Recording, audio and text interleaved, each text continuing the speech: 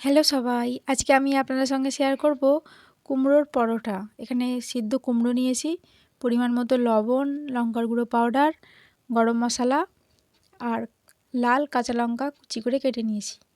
ভালো করে মেখে নেব।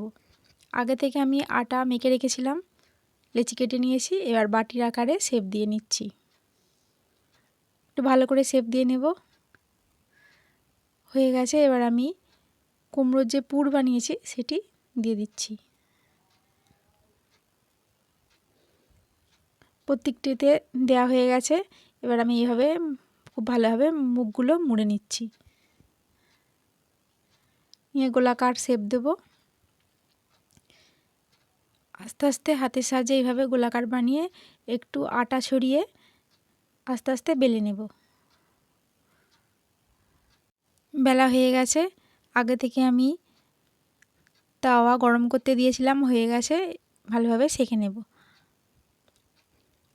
দুই দিক ভালোভাবে সেঁকা হয়ে গেছে। এবার আমি প্লেটে নামিয়ে নিচ্ছি।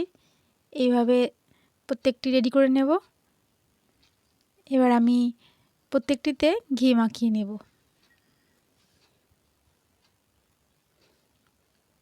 কিছুক্ষণ রেখে দেব। আপনারা অবশ্যই তৈরি করবেন, খুব ভালো লাগবে। ধন্যবাদ।